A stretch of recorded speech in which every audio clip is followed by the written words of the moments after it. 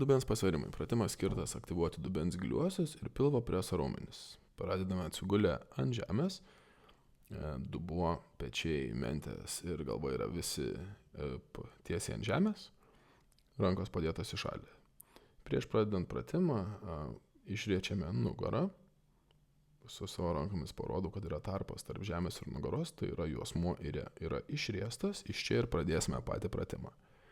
Kai juosmuo yra išriestas, tuomet išpučiame orą, įtempiame pilvo preso raumenis ir švelniai keliame sėdmenis į viršų tiek, kad dubuo pasvirtų į priekį.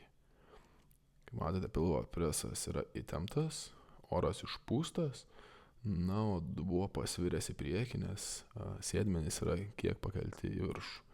Kaip matote, ranka nebetelpa atgal po juosmenimi, tai reiškia, kad juosmuo yra priglaustas prie žemės. Tokioje pozicijoje įkvepiame, išriečiame vėl juosmenį, grįžta dubuo į buvusią padėtį, ir vėl ranka tilptų būtent po juosmenimi. Kartuojame pratimą. Pradedame, kai jis yra išriestas, įtempiame pilvo presą, tuomet švelniai keliame sėdmenis į viršų ir dubuo pasvyra į priekį.